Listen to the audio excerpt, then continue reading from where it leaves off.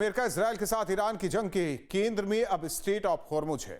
समुद्री रास्ता बंद होने से दुनिया में तेल का संकट गहराता जा रहा है। यही वजह है कि स्ट्रेट ऑफ हॉर्मुज की हलचल से ग्लोबल इकोनॉमी पर भी असर पड़ रहा है। स्ट्रेट ऑफ हॉर्मुज को खोलने के लिए अमेरिकी राष्ट्रपति डोनाल्ड ट्रंप ने अब ईरान को 6 अप्रैल तक की तीसरी डेडलाइन दी है, यानी धमकी भी और डेडलाइन का खेल भी। लेकिन बड़ा सवाल है कि क्या यह रणनीति है या अमेरिका की मजबूरी? क्या अमेरिका और इजराइल अब ईरान के पावर प्लांट्स को टारगेट करेंगे या फिर यह सिर्फ दबाव की राजनीति है? देखिए।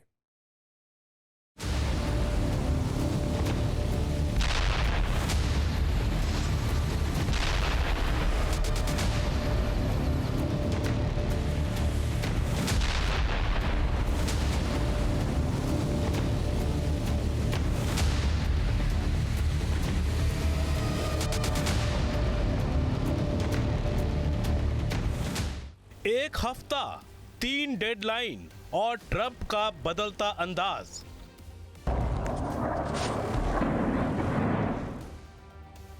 इक्कीस मार्च 48 घंटे का अल्टीमेटम, 23 मार्च 5 दिन की मोहलत, 26 मार्च 10 दिनों का इंतजार और अब 6 अप्रैल तक की नई डेडलाइन।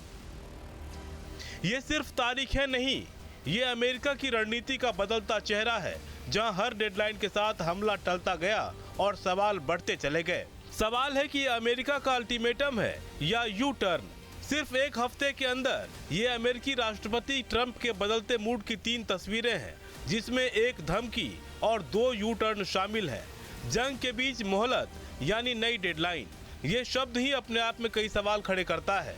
मतलब जब ईरान ने न हॉर्मुज खोला और न झुका, तो मजबूरी में अमेरिका को ही नई तारीख देनी पड़ी है। राष्ट्रपति ट्रंप ने अब इसकी मियाद एक बार फिर बढ़ा दी है। ट्रंप ने ईरान के लिए हॉर्मुज स्ट्रेट खोलने की अपनी डेडलाइन 6 अप्रैल तक बढ़ा दी है। डोनाल्ड ट्रंप ने यह जानकारी ट्रूथ सोशल के जरिए दी। उन्होंने लिखा,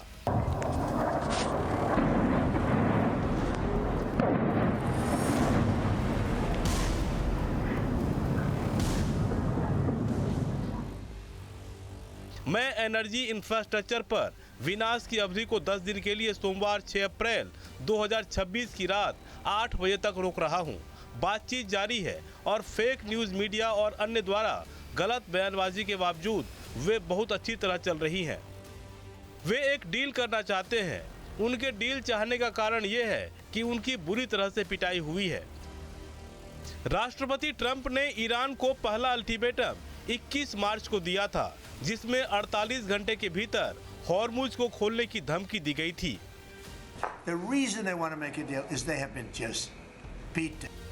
48 घंटे बीत गए लेकिन कुछ नहीं हुआ।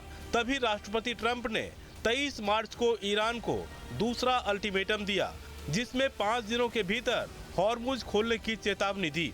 लेकिन 5 दिनों के अल्टीमेटम का भी कोई खास असर नहीं दिखा, जिसके बाद 26 मार्च 2026 को तीसरा अल्टीमेटम दिया गया, जिसमें ईरान को 10 दिनों के भीतर हॉर्मुज में रास्ता देने की चेतावनी दी गई। 23 मार्च को ट्रंप ने कहा था कि 5 दिन में अगर हॉर्मुज नहीं खुला और ईरान बातचीत की टेबल पर नहीं आया, तो उसके ऊपर अब तक का सबसे बड़ा हमला होगा। उसके एनर्जी ठिकानों को निशाना बनाया जाएगा। मगर ईरान के तेवर को देखते हुए ट्रंप ने मियाद खत्म होते ही नई तारीख दे दी, यानी 6 अप्रैल तक वो ईरान के एनर्जी प्लांट पर बमबारी नहीं करेंगे। लेकिन तब ईरान ने भी धमकी दी थी कि अगर ट्रंप आगे बढ़ते हैं तो मिडिल ईस्ट के पावर प्लांट को निशाना बनाया जाएगा। जानकार मानते हैं कि ईरान ने मिसाइल पावर के जरिए अमेरिका को सोचने पर मजबूर किया है। ईरान ने साफ कर दिया कि धमकी की भाषा नहीं समझेगा। इसके पीछे कई वजहें भी हैं, जिसमें ईरान की मिसाइल ताकत, ईरान की बैलिस्टिक मिसाइलों को न तो अमेरिका रोक पा रहा है और न ही इजराइल। रूस और चीन का साथ। ईरान को रूस और चीन ने कूटनीतिक कवच दिया है। तेल की कीमतें, अगर हॉर्मुज में युद्ध छिड़ा तो कच्चा तेल $150 के पार जा सकता है, जो अमेरिकी चुनाव से पहले ट्रंप के लिए आत्मघाती होगा। हमने अपने बुनियादी ढांचे पर हमलों के बारे में कड़ी चेतावनी दी है। तथ्य ये है कि वे अपने स्वयं के 48 घंटे के अल्टीमेटम से पीछे हट गए और ज्यादा समय दिया। ये सबसे पहले हमारे सशस्त्र बलों की दृढ़ता और उनके निर्णायक रुख की वजह से हुआ। साथ ही मीडिया और राजनयिक चैनलों के जरिए दूसरे पक्ष को दी गई चेतावनियों के कारण भी ऐसा हुआ। अगर वे इस युद्ध में आते हैं तो इसका कोई अंत नहीं हो सकता है और ये पूरे क्षेत्र के लिए आपदा ला सकता है, जिससे किसी का भला नहीं होगा। यानी ईरान ने ट्रंप के साथ किसी भी बातचीत से इनकार कर दिया है, लेकिन ईरानी विदेश मंत्री ने यह माना कि अमेरिका की तरफ से अलग अलग प्लेटफॉर्म से संदेश आ रहे हैं, लेकिन वो बातचीत नहीं है। ऐसे में सवाल है कि क्या ट्रंप वाकई झुकने वाले नेता हैं? शायद नहीं। जानकारों का मानना है कि ये पीछे हटना नहीं बल्कि ये लंबी छलांग की तैयारी हो सकती है, जिसमें 6 अप्रैल तक खाड़ी देशों और यूरोपीय सहयोगियों को एक मंच पर लाना, 6 अप्रैल तक ईरान के अंदर ग्राउंड ऑपरेशन की तैयारी पूरी करना, 6 अप्रैल तक बार बार डेडलाइन बदलकर ईरान को थकाना और भ्रमित करना। ट्रंप ने कहा, मैं हताश होने के बिल्कुल खिलाफ हूँ, मुझे परवाह नहीं है, मैं जानना चाहता हूँ। वास्तव में हमारे पास अन्य लक्ष्य हैं जिन्हें हम जाने से पहले हासिल करना चाहते हैं। हम उन्हें हर दिन हिट कर रहे हैं। मैं डिटेल्स के बारे में बात नहीं कर सकता। बहुत से लोगों ने कहा कि इससे कोई फर्क नहीं पड़ेगा, शायद पड़ता हो, कौन जानता है, लेकिन मैं बात नहीं करूंगा। ट्रंप को पता है कि ईरान के पावर प्लांट पर हमला करना पूरे मिडिल ईस्ट को खतरे में डालने के बराबर है, इसलिए ईरान को बातचीत की मेज पर लाने के लिए मैक्सिमम प्रेशर और डिप्लोमेटिक स्पेस का कॉम्बो इस्तेमाल कर रहे हैं। अब सवाल है कि अगर ईरान ने 6 अप्रैल तक भी हॉर्मुज नहीं खोला तो अमेरिका क्या करेगा, क्योंकि डेडलाइन के साथ दबाव भी बढ़ रहा है। लिहाजा इस इंतजार के साथ साथ वॉर की सेटिंग से भी जोड़कर देखा जा रहा है, क्योंकि इसके जरिए ट्रंप कूटनीति के साथ दबाव की राजनीति, बातचीत के साथ हमले की धमकी, यानी शांति की बात के साथ जंग की तैयारी का भी हिस्सा हो सकता है। क्योंकि अमेरिकी राष्ट्रपति एक तरफ तो बातचीत से समाधान निकालने की बात कर रहे हैं, दूसरी ओर ईरान पर बड़े हमले की तैयारी भी जारी है।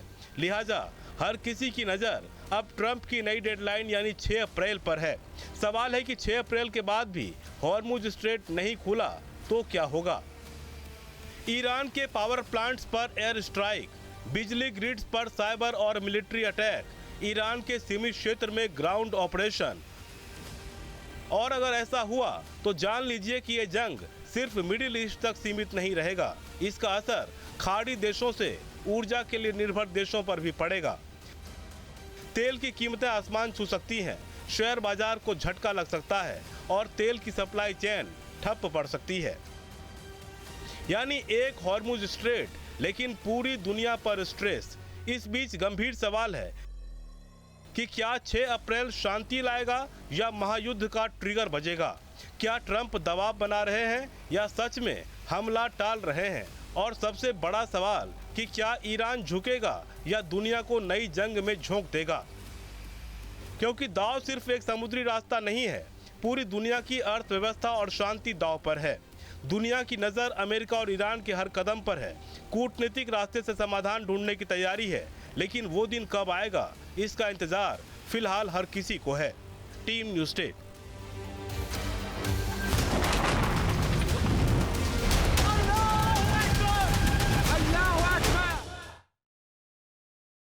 एक तरफ अमेरिका के राष्ट्रपति ट्रंप ईरान पर हमले को लेकर एक के बाद एक नई डेडलाइन जारी कर रहे हैं। युद्ध विराम को लेकर दोनों पक्षों में सार्थक बातचीत का दावा कर रहे हैं, तो दूसरी ओर ईरान कोई रियायत देने के मूड में नहीं दिख रहा।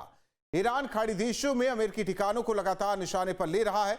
सवाल है कि क्या वाकई बातचीत से समाधान की कोई पहल हो रही है। देखिए।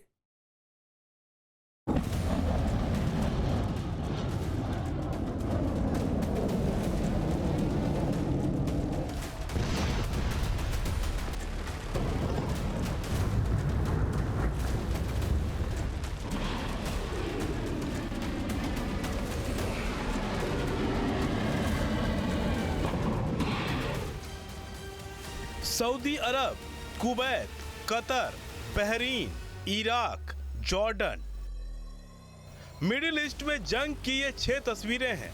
ट्रंप ने भले ही ईरान पर हमले की डेडलाइन बढ़ाने का दावा किया, लेकिन ईरान जंग की किसी भी डेडलाइन को क्रॉस करने से परहेज नहीं कर रहा है। सऊदी अरब से कुवैत तक, बहरीन से जॉर्डन तक, जहां जहां अमेरिका के सैन्य ठिकाने, वहां वहां ईरान हमले कर रहा है। IRGC के पलटवार ने पूरे मिडिल ईस्ट में कोहराम मचा रखा है। सुपर पावर का संरक्षण भी इन देशों को अभयदान देने में कामयाब नहीं हो पा रहा है। ईरान चुन चुन कर उन देशों को निशाना बना रहा है जहां अमेरिका के सैन्य अड्डे हैं। महायुद्ध शुरू होने के बाद ईरान ने कई बार कतर के अहम ऊर्जा बुनियादी ढांचों और अमेरिकी ठिकानों पर ड्रोन और मिसाइलों की बौछार की। ईरान ने अल उदेद एयरबेस समेत रणनीतिक ठिकानों पर तीखे हमले किए। कतर में मौजूद अमेरिकी सैन्य एयरपोर्ट पर लगा हाईटेक रडार ईरानी हमले में पूरी तरह नष्ट हो गया। इसके अलावा कुछ विमान और रडार सिस्टम भी ईरानी हमले में तबाह हो गए। ईरानी बैलिस्टिक मिसाइलों और सुसाइडल ड्रोन्स के हमले से बर्बादी मच गई, क्योंकि ईरान ने खुला ऐलान कर दिया है कि जो भी देश अमेरिका का साथ देगा वो उसके निशाने पर होगा। ईरान सिर्फ सैन्य बेस पर हमला नहीं कर रहा, बल्कि खाड़ी देशों के सिविल ठिकानों पर भी कहर बरपा रहा है। ईरान के टारगेट की बात करें तो यूएई में 5 बड़े ठिकानों पर हमला, दुबई में जेबेल अली पावर और डिसालिनेशन कॉम्प्लेक्स को टारगेट किया, अबू धाबी में बाराकाह परमाणु संयंत्र पर अटैक, ये अबू धाबी में पावर सप्लाई का मुख्य स्रोत है, अल तवीला पावर स्टेशन पर भी निशाना, दुबई के विशाल बिजली और वाटर सप्लाई स्टेशन पर हमला, मोहम्मद बिन राशिद सोलर पार्क भी ईरान के निशाने पर, जो दुनिया का सबसे बड़ा सिंगल साइट सोलर पार्क है। अगली तस्वीर इराक की है। इराक में मौजूद अमेरिकी सैन्य अड्डे भी ईरान के निशाने पर हैं। इराक की तपती जमीन पर मौत का खेल, ये मंजर काफी खौफनाक है, जहां पर दिख रहा है कि कुछ इराकी सैनिक एक 155 mm के ताकतवर आर्टिलरी शेल को डिफ्यूज करने की कोशिश कर रहे हैं, लेकिन ऊपर एक अमेरिकी हेलीकॉप्टर मंडरा रहा था जिसकी नजरें इन पर टिकी थी। रेडियो पर बातचीत चल रही थी कि ये लोग बिना किसी सुरक्षा गियर के सिर्फ हाथों के सहारे इस घातक बारूद को निकालने की खतरनाक कोशिश कर रहे हैं। और फिर वही हुआ जिसका डर था। एक पल की चूक और जोरदार धमाका। 155 mm का वो शेल अचानक फट गया। धमाका इतना जोरदार था कि उस जगह पर अब सिर्फ एक गड्ढा बचा है। इराकी सैनिकों की जल्दबाजी और सुरक्षा मेजर की अनदेखी ने उनकी जान ले ली।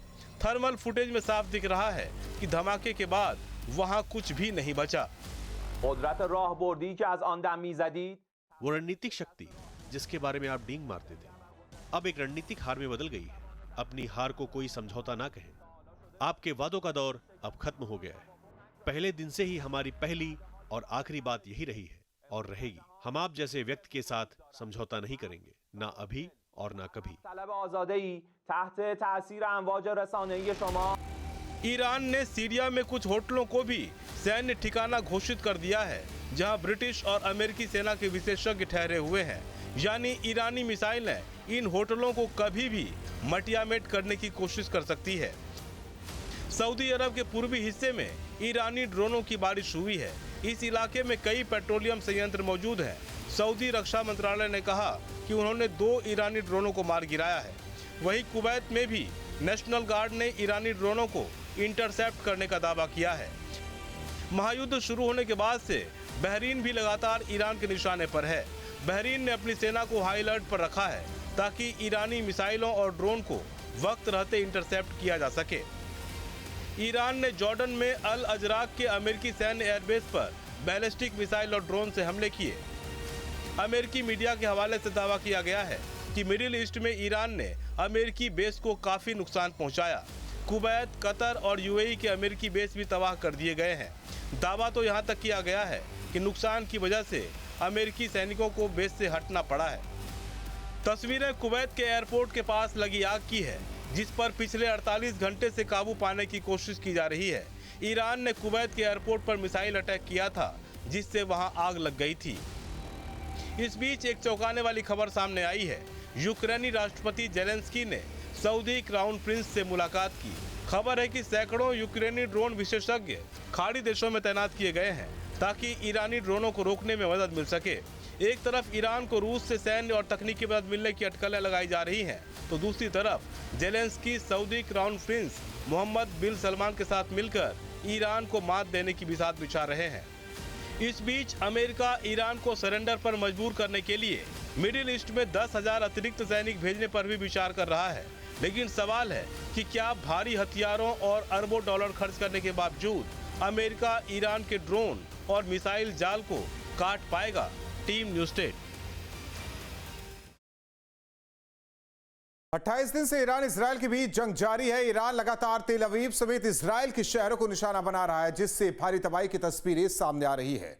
बीती रात हिजबुल्लाह ने नारिया में जबरदस्त हवाई हमले किए, जिसमें जानमाल के नुकसान की भी खबर है।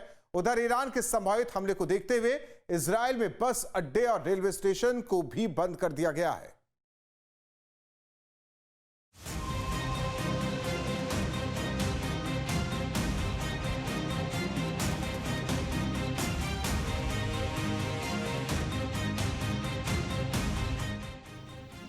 ईरान और इजराइल के बीच 28वें दिन भी जंग जारी है। जंग ऐसा कि हर तरफ धमाके हो रहे हैं, कहीं धुएं का गुबार उठ रहा है तो कहीं आग की लपटें नजर आ रही हैं, जिसके शांत होने के बाद नजर आता है तबाही का मंजर। गुरुवार और शुक्रवार की रात उत्तरी इजराइल के सीमावर्ती शहर नाहरिया में हिजबुल्लाह ने रॉकेट हमलों की बौछार कर दी। हमले में एक व्यक्ति की मौत हो गई, जबकि एक अन्य की हालत नाजुक बनी हुई है। हमले में 26 लोग घायल बताए जा रहे हैं। बताया जा रहा है कि हमले के बाद ये रॉकेट 50 छोटे छोटे टुकड़ों में बट गया था, जिसकी वजह से करीब 100 मीटर के दायरे में बड़ा नुकसान हुआ। नाहरिया की तुलना तल अवीव से नहीं हो सकती, ना ही हिजबुल्लाह के रॉकेट की तुलना ईरान की मिसाइल से हो सकती है, क्योंकि यहाँ पर जो सबसे बड़ी ताकत है वो समय की है, क्योंकि यहाँ रिएक्शन का समय 25 से 30 सेकंड का मिलता है। 30 सेकंड में मिसाइल नहीं लेकिन रॉकेट से हमला हो जाता है, जिससे नुकसान भले ही बहुत ज्यादा ना हो, लेकिन लोग ज्यादातर चीजों में हताहत होते हुए नजर आते हैं। जहां मैं मौजूद हूँ यहाँ पर 26 लोग बुरी तरीके से घायल है, एक की मृत्यु हो चुकी है। ये छोटा सा क्रेटर आप देख सकते हैं, और यहाँ पे जो टुकड़े हैं रॉकेट के उन्हें हटा दिया गया है, लेकिन आप सोचिए कि इम्पैक्ट कैसा रहा होगा कि रॉकेट के टुकड़े पिघल गए। जी हाँ, मेल्ट हो गई। यहाँ पर मेट्रोलॉजी आप देख सकते हैं किस तरीके से जो लोहा है, इस्पात है, वो मेल्ट हो चुका है। तो सोचिए कि कितना भयानक स्थिति रही होगी, क्योंकि जमीनी जंग भी जारी है। यहाँ से 35 किलोमीटर की दूरी है अगर हम लेबनान बॉर्डर की बात करें, और यही वजह है कि यहाँ पर रिएक्शन का समय बहुत कम मिलता है। जहाँ मैं मौजूद हूँ यहाँ पर चारों तरफ का जो इलाका है वो काला पड़ चुका है। ये बताने के लिए काफ़ी है कि किस तरीके से भयानक स्थिति रही होगी। लगभग 2 घंटे तक आग लगी रही। आग को बुझाने के लिए कई दमकल की गाड़ियां यहां पर पहुंची। इजराइल डिफेंस फोर्स, नगर निगम और स्थानीय प्रशासन मिलकर राहत और बचाव के काम में जुटे हैं। वहीं इलाके में सफाई और बिजली बहाल करने को लेकर भी कवायद की जा रही है। बीती रात इस रॉकेट हमले की वजह से कई घंटे तक आग लगी हुई थी, जिसका धुआं कई किलोमीटर दूर से नजर आ रहा था। रॉकेट के छर्रों की वजह से जमीन में गड्ढा हो गया, तो वहीं कई मकानों को भी नुकसान हुआ है। ईरान की मिसाइल्स की बात करें तो मल्टी वॉरहेड होते हैं, लेकिन यहाँ पर छर्रे निकलते हैं, डिब्रीज निकलती है। और देखिए किस तरीके से सुराख हो गए हैं। मेरी पूरी उंगली इसके अंदर समा जाएगी, और ये सुराख कंक्रीट के अंदर नजर आएंगे कि कंक्रीट में यहाँ देखिए 4 उंगलियां समा चुकी है। और कंक्रीट किस हद तक नुकसान में है, किस हद तक पतली हो गई है कि जैसे ही मैं हाथ लगाता हूँ कंक्रीट गिर जाती है, और ये नुकसान है। ये देखिए काली भी हो गई है। ये नाहरिया है, यहाँ पर एक व्यक्ति जो घायल हुआ है, मृत्यु हुई है। उसके अलावा 26 लोग घायल हुए हैं। ट्रॉमा की सिचुएशन है, क्योंकि पूरा का पूरा रेजिडेंशियल एरिया है, नागरिक इलाकों में हमला हो रहा है। और जैसे हम आपको बता रहे थे कि कैसे सब कुछ पिघल जाता है, तो सोचिए कि यहाँ मेटल के हिस्से पूरी तरीके से पिघले हुए नजर आ रहे हैं। जो शार्पनर्स की बात की हमने, डिब्रीज की बात की, वो देखिए यहाँ पे मार्बल है। मार्बल के अंदर कई सुराख हो गए हैं, और कई सुराख तो इतने ज़्यादा है कि मुट्ठी तक अंदर चली जाए। तो ये हालत नज़र आ रही है नाहरिया में, जहां बीती रात बड़ा धमाका किया गया था हिजबुल्लाह की तरफ से। दरअसल हिजबुल्लाह का हमला इजराइल के लिए बेहद खतरनाक है, क्योंकि इसमें हमले से पहले सिर्फ 30 सेकंड का अलर्ट मिलता है। इन हमलों की वजह से लोगों में भय का माहौल है कि कैसे जब सोनिक बूम आता है तो वहां से छत की जो टाइल्स है, पुरानी टाइल्स है, नाहरिया पुराना शहर है, इसके आगे के तमाम शहरों को खाली करा लिया गया है आईडीएफ के द्वारा, इजराइल डिफेंस फोर्सेस के द्वारा। 32 से 35 किलोमीटर यहाँ से बॉर्डर की दूरी है। और देखिए कि छत पे किस तरीके से जो टाइल्स है वो उखड़ गई है। छत पे अगर हम बात करें तो कांच शीशा वो टूटा हुआ है। तो लगभग 50 से लेकर के 60 मीटर के दायरे में बड़ा नुकसान है। यही वजह है कि घायलों की संख्या 26 बताई जा रही है। जमीनी जंग भी जारी है लेबनान के साथ, हिजबुल्लाह के साथ आसमानी जंग भी जारी है। और यहाँ पे मरकवा मेन बैटरी टैंक से लेकर के और अपाचे जैसे हेलीकॉप्टर्स का इस्तेमाल किया जा रहा है। थोड़ी सी आगे आके दिखाने की कोशिश करेंगे कि देखिए यहाँ पर एक नहीं बल्कि कई गाड़ियाँ हैं जहाँ पे नुकसान हुआ है। ईरान और उसके सहयोगी लगातार इजराइल और तेल अवीव को निशाना बना रहे हैं, जिसके वजह से इजराइल में परिवहन व्यवस्था पर बुरा असर पड़ा है। संभावित हमलों को लेकर खुफिया अलर्ट के बाद इजराइल में इंटरसिटी बस सेवा बंद कर दी गई है। शाम 5 बजे से ही तेल अवीव में सभी बस टर्मिनल बंद कर दिए गए हैं। बस टर्मिनल के साथ रेलवे जंक्शन को भी बंद कर दिया गया। जेरूसलम या हाइफा जाने वाले बड़ी संख्या में यात्री फंस गए हैं। इमरजेंसी सेवा को छोड़ सभी फैक्ट्रियां और ऑफिस भी बंद कर दिए गए हैं। नाम हुआ आपका? राजन कुमार रावत। रावत जी बताइए कहाँ के रहने वाले हैं? हम यूपी से गोरखपुर से हैं सर। अच्छा, यहाँ रेलवे स्टेशन बंद हो गया है, बस टर्मिनल बंद हो गया है, जो बाहर जाने वाली जितनी भी बसें हैं, ट्रेन है, वो कैंसिल हो गई। जेरूसलम से लेके हाइफा सब कैंसिल हो गई है। कब आपको पता चला, क्या स्थिति है यहाँ पर? हम लोग को 1-1.5 घंटा पहले हम लोग को मैसेज आया कि काम बंद किया जाए और बस बंद होने वाला है, आप अपने अपने रूम पे चले जाइए। सुरक्षित बेहद डिफिकल्ट था क्योंकि आज ज़्यादा मिसाइल अटैक हुआ। रोज़ मतलब 1-2 आता रहता था, लेकिन आज सुबह से कम 8 या 10 बार आ चुका है। इसलिए हम लोग सुरक्षित रहने के लिए कंपनी हम लोग को छुट्टी पहले कर दिया कि आप। तो अगर मान लीजिए आप तेल अवीव से बाहर रहते, हाइफा रहते, एश्केलॉन रहते, तो कैसे जाते? जेरूसलम कैसे जाते? सब कुछ बंद हो गया। नहीं, कंपनी वाले जैसे पहले अलर्ट कर देते हैं ना कि बस मतलब बंद होने के पहले आप जो भी वर्कर है सुरक्षित अपने रूम में चले जाएं। कंपनी हम लोग ये हाल कुछ वैसा ही है जैसा कोविड के दौरान हुआ था। लोग परेशान हैं, श्रमिक परेशान हैं। इस बीच न इजराइल पीछे हटने को तैयार है, न ईरान झुकने को तैयार है।